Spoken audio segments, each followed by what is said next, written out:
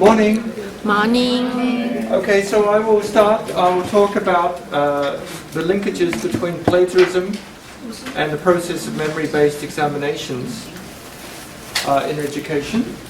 So in this morning's session we have myself, Laura, Amelia. We may have one other paper if we finish by 11, and then at 11 we have the summary from the case studies and the work, and we're finishing today about 12:30. So I want to talk about the linkages between plagiarism and the process of memory-based examinations in education. So how do we assess students in the exam-based system? Is it plagiarism to memorize textbooks and write down exact copies of the sentences? Do we copy chemical formulas? If you're in a chemistry test, do you have to memorize chemical formulas? Yes. Isn't that plagiarism? E equals mc squared. Or I think Einstein said it.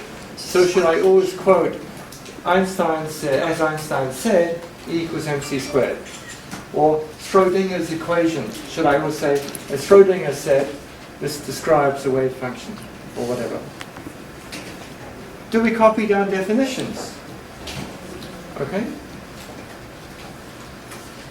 So we are taught, on one hand, to write down the right answer, to make our professors happy, to make people happy.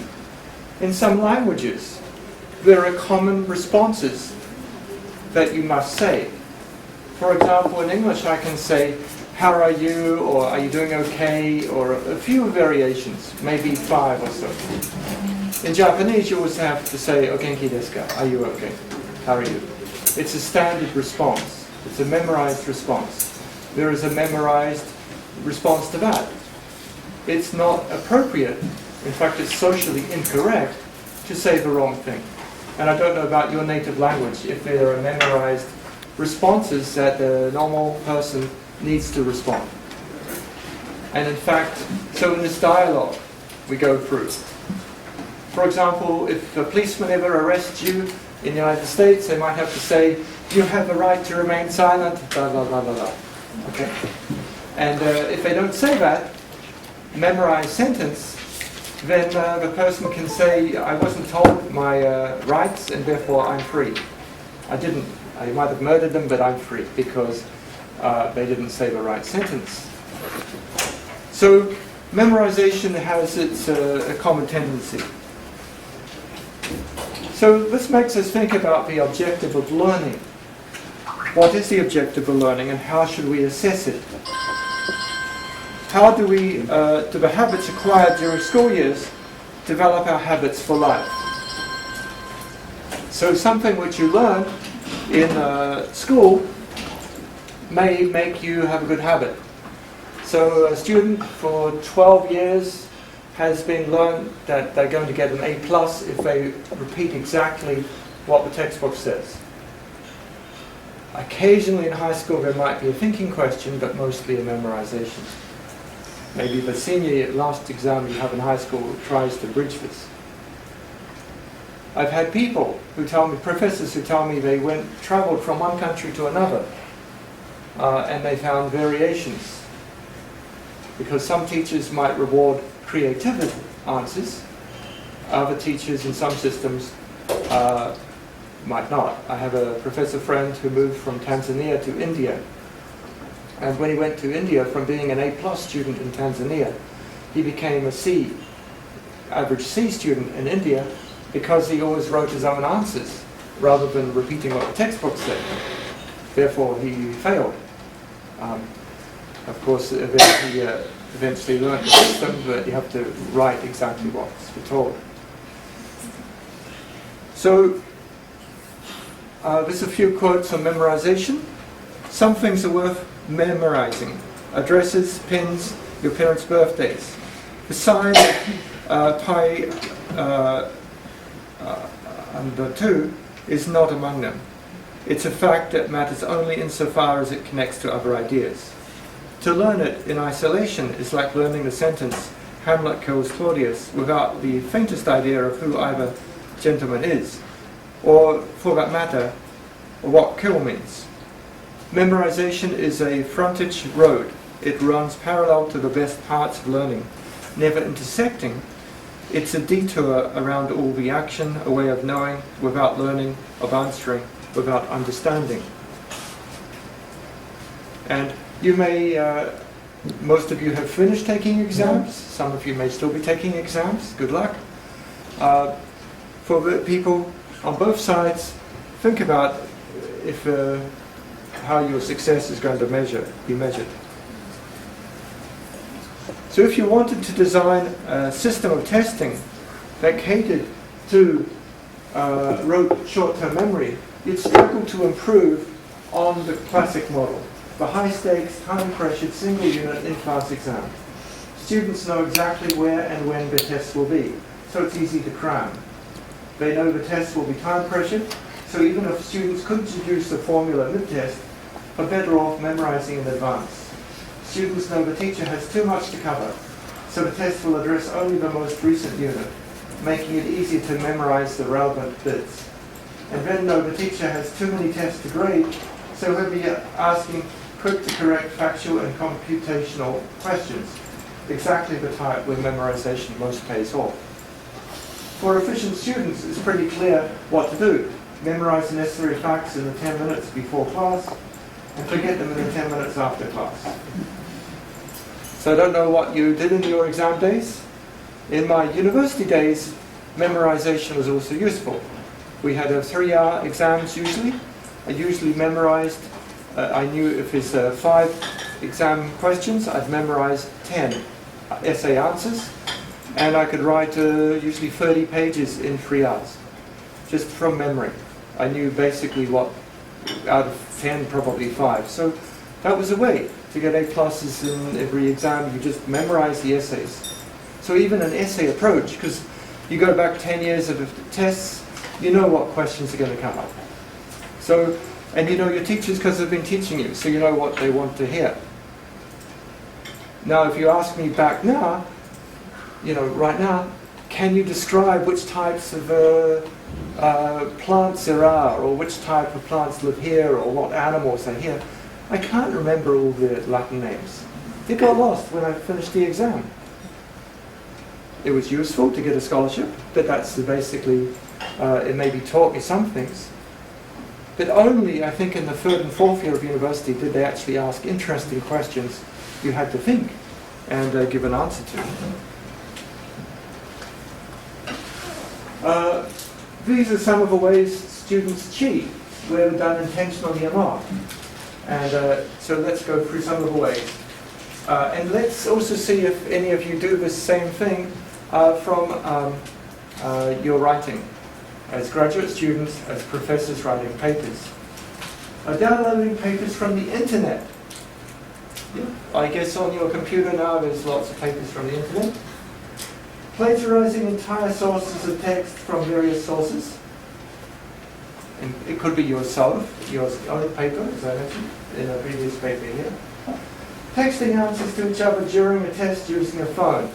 Well, you'd have to be pretty good to do this, but it's possible. Saving notes on a phone for viewing during a test. Oh, excuse me, I have a medical emergency, I need to check my phone. Okay. Using phones to browse the internet during a test. Taking photos of tests and posting them online. Hiring someone to take online courses for them. Faking test scores and recommending letters for college. And of course there's other ways. There's send your mother in to do the test. Send your twin sister to do the test, because that's almost foolproof. You send in your twin sister, so it's very lucky for twins. Twins could halve the time for exams because one could study this test, one could study another test. The problem is, would that work? Well, it wouldn't work because we'd have to do 2 people at the same time. That's the problem. Yeah. So we'd actually need clones to do that. And some people would say cloning is wrong. I'm not sure if you agree or not. But at least we could say sending your clone to take your test is wrong. Yeah?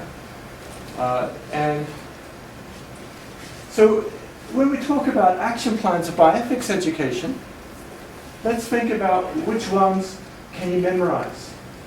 In the knowledge category, there's a lot. Transdisciplinary content knowledge is just memorization. Understanding advanced biological concepts, to some degree memorization, but to apply these to problems you might need a skill. Integrate the use of scientific knowledge, facts and ethical principles in argumentation and discussing cases involving moral dilemmas. Okay, so let's say your exam is going to be, please think of a case in medical ethics describing euthanasia. Okay, that's a very, I have to think of it straight away. No, I won't. I just developed a case in this workshop and it's going to publish the cases online. I'll just remember it. Okay. Or I can just say, and even in the test I can say, when I was reading the paper of Amelia, she wrote a very interesting case, and I described the case. So you've prepared for the exam by memorizing the case, you've added an introductory sentence, and there you go. So how many students do we have in the room? A few students? So now I'm giving you all the hints. You should have A+ from now on until you graduate. You just need to know the system. And understanding the breadth of questions that are posed by advanced science and technology. This is an understanding question, but again, you can easily memorize for an exam. Cultural diversity and values, just memorize 10 different cultures' approach to euthanasia and you have it, because you know your professor likes to talk about culture. So you just need a few interesting case studies. So here you can see the knowledge systems could basically be handled by memorization. And I don't know how many of you have photographic memories, but if you have a photographic memory that works in the short term, you can get pretty good marks in college, even. Okay? And certainly in high school you can get excellent marks. Skills. Capacity building and skill acquisition should be multifaceted or many-sided. So here we have a skill, undertaking a risk-benefit analysis. Now, if you can predict what the case will be, you could memorize it. But by examiners making very interesting and unusual cases, so this means professors should change their questions every year to something different. In that case, that will be more of a skill. See, part of the other problem is professors have their favorite topics and they always think, well, I better ask a question on euthanasia, I better ask one on abortion. Okay, so students know every 2 years there's a question on this. Even for cases, if you develop cases, please describe the roles of this and that. We know that the ethical principles they're going to talk about you need to talk about autonomy, justice, non-maleficence, beneficence, Asian harmony, some other ideas. Creative thinking skills you cannot memorize. This is why it's a very interesting skill. Skills for informed choice. Looking at bias, this again is partly a skill. So in the second category of goals, the skills are really, I think, more challenging and intellectually more interesting. Personal moral development, can you memorize? Well, kids can memorize what their teachers told them in school, and they know the correct answer. Okay, when they're given a case, what should I do about this case?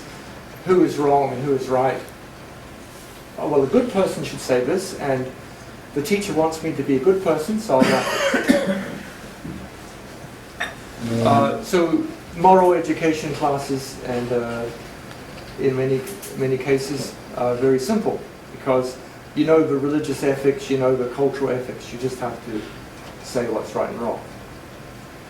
So this again is relevant for why case studies on very interesting topics involving new dilemmas will be more challenging to develop the skills for people, and also possibly their personal development.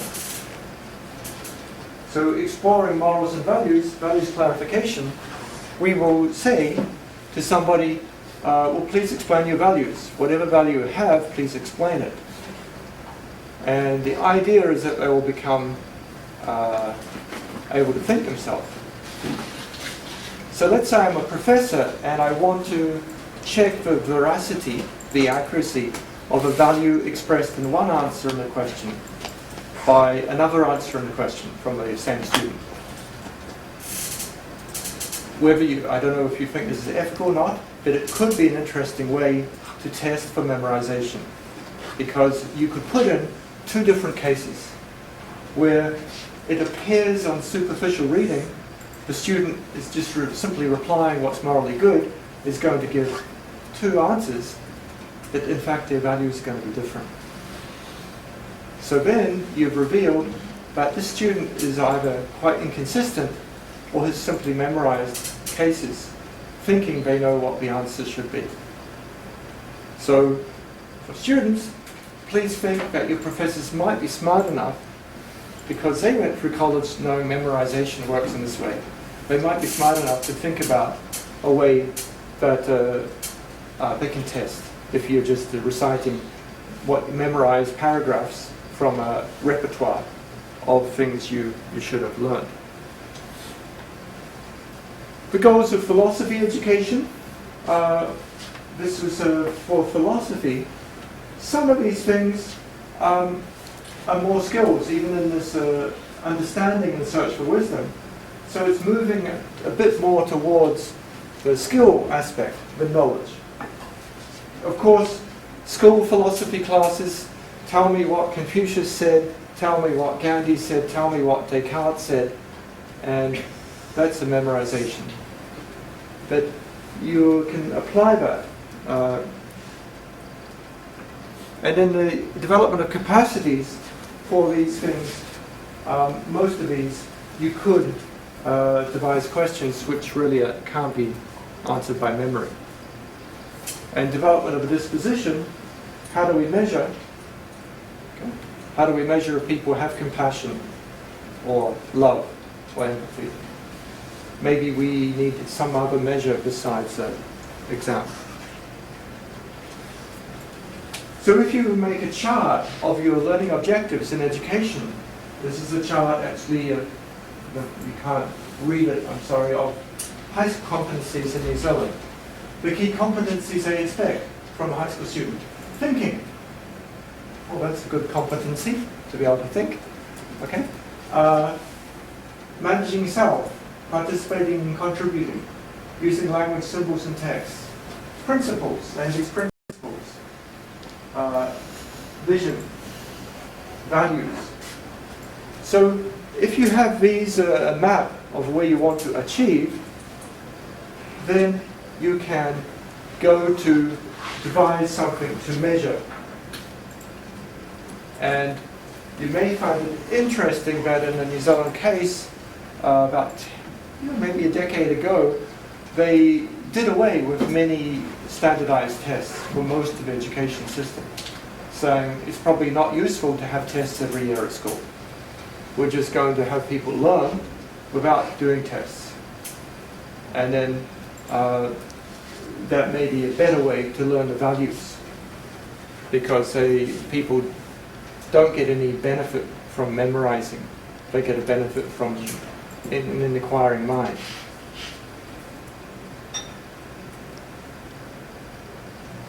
So again, each country could have its own system. This is a system in Thailand of these sort of the competencies we expect in lower secondary, upper secondary, and the values, principles. Vision is green and happiness society. Very simple, the vision. Okay. Unfortunately, they still have a lot of memorization-based testing. So these are some of my suggestions of how we might devise a exam system to try not to emphasize the memory too much.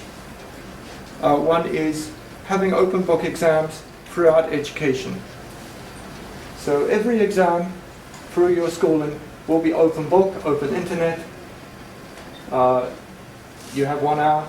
You can use the internet as much as you like. You can bring in all your notes and books as you like.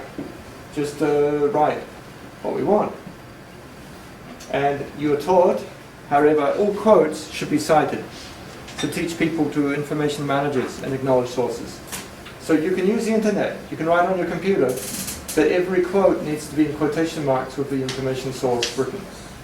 So you are an information manager. And in our age, where everyone has, in this society, has access to unlimited information, and in most societies, you have internet access. So, for example, I don't know what the situation in Malaysia is. Some years ago in Thailand, they made a decision that every first-year student should have a tablet. Now, they didn't say first-year university students. They didn't say first-year high school students. They said first-year school students. So every 5-year-old should have a tablet in school. Okay? So if everyone has a tablet, everyone has access to the internet. Of course, they may put censors on what sorts of sites you can use in school. Then the exams simply have to be an information management system, and memorization is no longer necessary. Now, unfortunately, the exam system, I think, is in the process of adapting, but that's one way. People should be taught to be themselves and not somebody else. You don't need to have a correct answer. Okay, that's why multiple choice answers do not work in ethics. Do not be boring, you will not be remembered. Teacher will never remember you if you're boring. If you just repeat exactly the same thing, you will not be remembered. In fact, if you want to get a good recommendation letter from your teacher in the future, write something interesting. And even if you get a B instead of an A+, the teacher might say, that was a really interesting comment, really original. Next time, why don't you do this and that? And then they might suggest that. So I think that's a strategy for teaching. In some places, at the beginning of the course, they only give lower marks, purposely, to encourage the students to study and get better marks later. And of course, people are learning how to answer questions to make those professors happy, which may be different to another professor. Always quote the original paper. Don't try to change one word in a sentence into another, because most people remember. And remember, most professors have a good memory. That's why they became professors. So they can remember what people said, probably better than the students. Okay? So if you try and they say, that looks like they just simply copied Confucius's Analects, section 10, number 2, they should have quoted it, because it's simple translation. And if they're bilingual teachers, then they will understand a couple of languages. So you'd have to go to some strange language, like maybe not many here know about Swahili. So maybe some Swahili quotations might be good to put in there. But if you were then a Swahili speaker, and they see these quotations in there, not referenced, they say, they read the poetry. See, we read some poetry yesterday from Hans, and if we remembered his poetry, then we just quote it back to him. He probably remembers his own poems. So we can develop, I think, better systems of thinking skills by these things. There are codes of conduct in science and engineering. They say that plagiarism is wrong, but they don't emphasize too much on the learning. And I think we need to emphasize more on the learning of codes of conduct. International standards, I guess how does that apply to memorization? Well, honesty means if you are going to approach to a memorization to impress your professor, and it still may impress him, you can say, Plato in the Republic said this in page 2, paragraph 5. And then I think, what, you can remember that? And you write it down. So just make sure you quote, and then how you link these quotations together. So be truthful. And I think that's quite important. There are many other aspects of standards for ethics and responsibility that we would want to teach in our education system. And most of these are not really taught by memorization, but taught by the practice. Okay. So I think if we look at what we want to achieve from a professional scientist, in the end, a memorization-based route towards academic careers is not the best one. Okay. We need to use, try and teach these principles. So we can use cases, we can use games, we can use other methods, we can teach by example.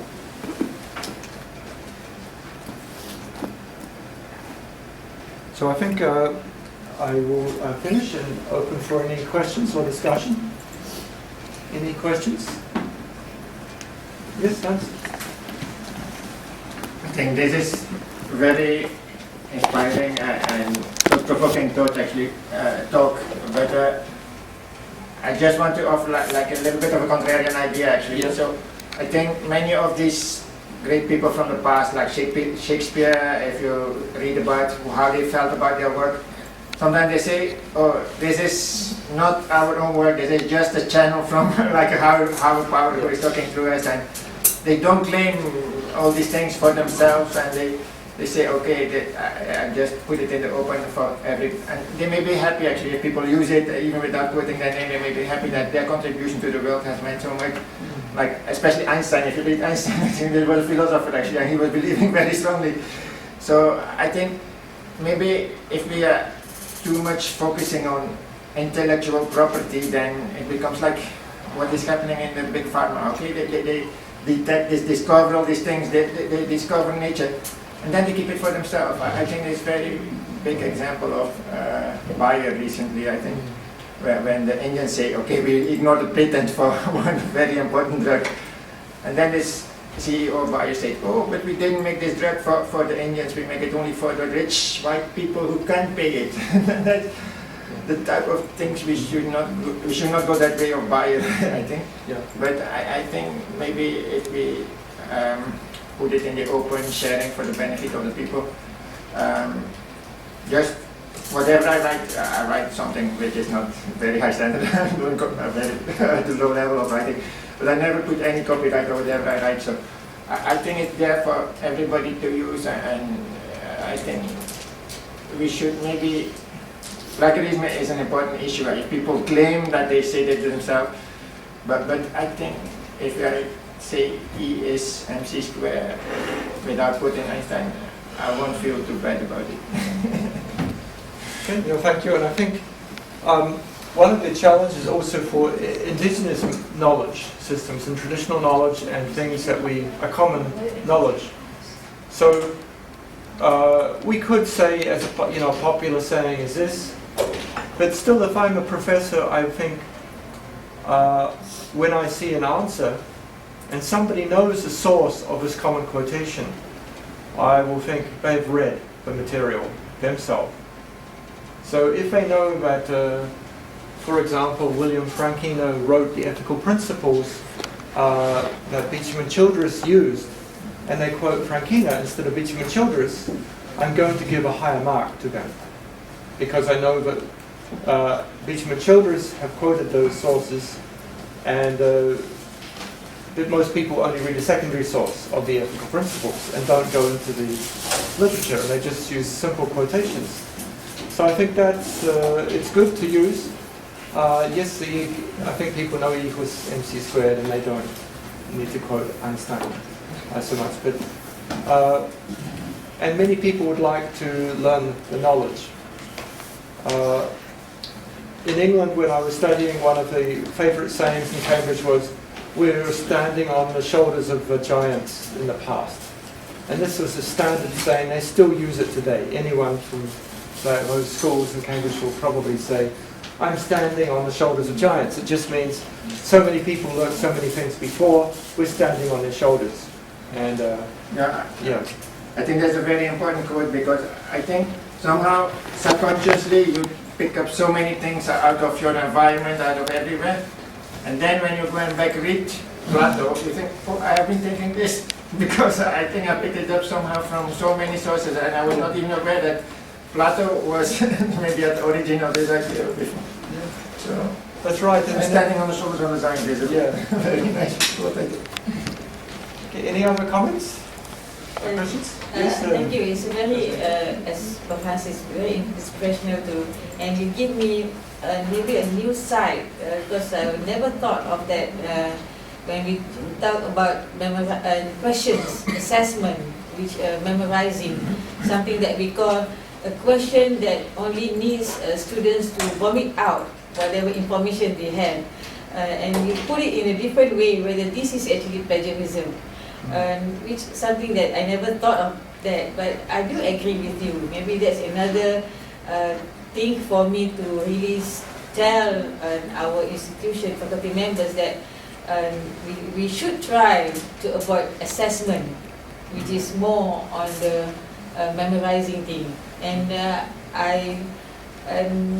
because at least you give me the I'm on the right track when I say that ethics assessment should not be multiple true false questions. Yeah. Yes, it is. It's quite a. I don't think it's working. I think it's also interesting. So I taught in Japan for many years, as you may know, 15 years. I only ever gave one exam. After the first exam, that was the end. I stopped exams. I decided I only going to do it by discussions in the class and by assignments, writing and doing research and so on. Now in American University Subordinations, because the American system is to have exams, we do have exams, but again in the grading, it's all open book, open source, and I can tell when people, part of it is they have to write some of their own opinion and some quotations. And some people try to pass off plagiarized text as their own exam. And they usually get downgraded, especially when some people write, in a 90-minute exam, they send me 20 pages of answer, single-spaced. Do you think that? And they maybe put in 4 websites, but otherwise that's their answer, and they're not going to get a very good result. And somebody who writes a page and a half in their own words is going to get just as much. But the best is probably a mixture, because it's told, please use references and use citation. And so you're actually better to use reference and citation in the exam answers. You're sorry. Do you think that the method of teaching can affect the way students respond to an assessment method? For example, we always argue with our faculty member that we should not do a didactic lecture, especially for ethics or something to do with soft skill and all these things, because they tend to give a PowerPoint presentation. And then, so that the students, for me, when you do that sort of didactic lectures, the student will be something like, they have the scripted answers. But if we do a method of teaching in terms of discussion, everybody find the information by themselves and everything, that will create more critical thinking and more, that means when they respond to any scenario or anything, they will be more, so that they will avoid all this vomiting out information and so on. Is it the method of teaching can affect that? I think we go through cycles of what we think is the best way of teaching, and for different people they learn better in different circumstances. I think a lot of interaction is important, but also some people do benefit from a summary of what the material is or the sources. And some people will do a lot of reading before class or during class, and other people will not. And so it's I think you have to decide with each teacher and in each class. So I don't think, although I encourage interactive ethics, I think that's the main focus of the short time in the class. It's better that you do also cover some other material and make them think. So there are cycles in the theory of education of which is better. But I do think we have to consider that probably in a professional course, most people are going to be using information from outside the class a lot, or even during the class. So everyone's connected to the internet in the classroom, everyone has a laptop in the classroom. I found it interesting in the international school I was following when my daughter was going to school. So international school in Thailand, all the kids had laptops all connected to the internet during high school classes. Come to California, no laptops allowed in high school. You have to write everything by your paper and by your hand. And I thought it's a rather old-fashioned system. Actually it is, and I think it is an old-fashioned system to write by hand. Because and the habits that were taught, I think, are useful. Because the habits that are taught by when you're in school, and even middle school or primary school, going on internet to check the answers the teacher is talking, you then can apply that to any question. So whenever a topic comes up, you have the answer in 10 seconds because you Googled it, you know Wikipedia or you know some other information source, you know how to quickly process information at the same time someone's having a conversation. And this is ideal, isn't it? Because I've been a really informed professional. I can give you not just what's inside my head, but the wealth of knowledge in the world, and I can give an answer to a person I'm talking to. And I think that's the way that we need to be information managers.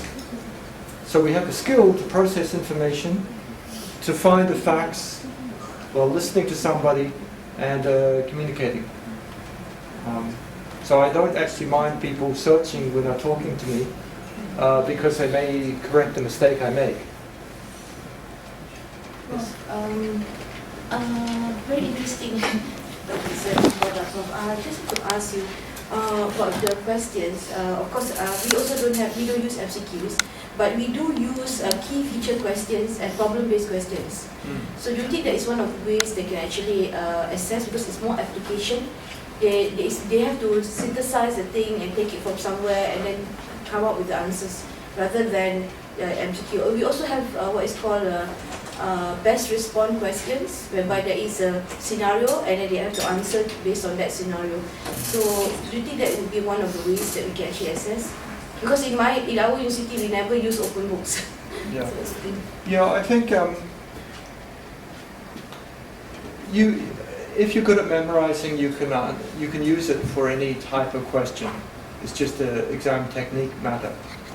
Because you know what topics the teacher's going to talk about, you just have to memorize some stuff which you're going to regurgitate. It's better than vomit. Teacher questions are not regurgitating. They have to know the case first, because it's given a case scenario. Yeah. Then they answer accordingly. But if they memorized all the sentences that they need to put, they can string those sentences together. Oh, they can't, because the diagnosis is not given, the treatment is not given, the complications are not given, everything is not given. But you were saying then in that case they have to memorize all the diseases. Yes. So why do they have to memorize when that's all available on an encyclopedia? Well, because we don't use the... Yeah. Yeah. But when they're practicing, they don't need to memorize. Yes. So I think my suggestion is everything should be open book, because why should our brain be wasting space? So how do we there are convince? 4,000. Yeah. How do we convince the university that you should allow open books? Because as far as I know, open books is only allowed during master's course, But for bachelor's degree courses, it's not allowed. I think we still need some memory baseline. I think we need a baseline memory to process things, isn't it? So I think everything open book, I can tend to disagree a little bit, but I think certain exams should be open book. You're right. I think exams about ethics should be open book, maybe about. But I think somehow to process our daily life, to work in our daily life, we need something inside. We cannot just, because if we don't have this basis, we will not even know where to look in. Well, it is, but let's take the case in 20 years' time. We will all have a artificial intelligence implant with a memory of everything. So already people have implants, and interfaces. So the system, we need to develop a system in education to prepare for that. And already, let's say we have robotic surgeons. Robotic surgeons do a great job. They don't shake, they can respond. And so eventually we're shifting for that. So I think we need to think about the next generation because memory will not be something which we need on our own. And already, so we have people with antennas implanted in their head walking around on this planet today who can interface with telecommunications directly. And so as we move into this realm of cyborgic professionals, I would prefer to have a cyborgic professional because they have the memory in there, the internet access directly, and probably much more up to date. There isn't, some artificial intelligence computer systems operating now as medical assistants. They can scan every paper published today. Can you? How many medical papers were published today? Around 3,000 or 4,000 a day. How do we update that? We cannot.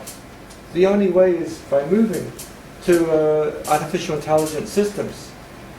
And they're actually being tested in the trials, and they often give supplementary and better information. So there are already trials connecting the physician's practice with an artificial intelligence system. Within 5 years, these external artificial intelligence systems for diagnosis will be the standard. So the students who go to medical school starting now, by the time they practice, they'll be working with an AI system because they do it better. Now, of course, we do need some memory. We need some functional, but really the skill is what's important, the cognition skill. So I think, hopefully that raises some further questions of professional development. Thank you very much. Yes, it was a provoking thoughts and questions. But we have to end the session here.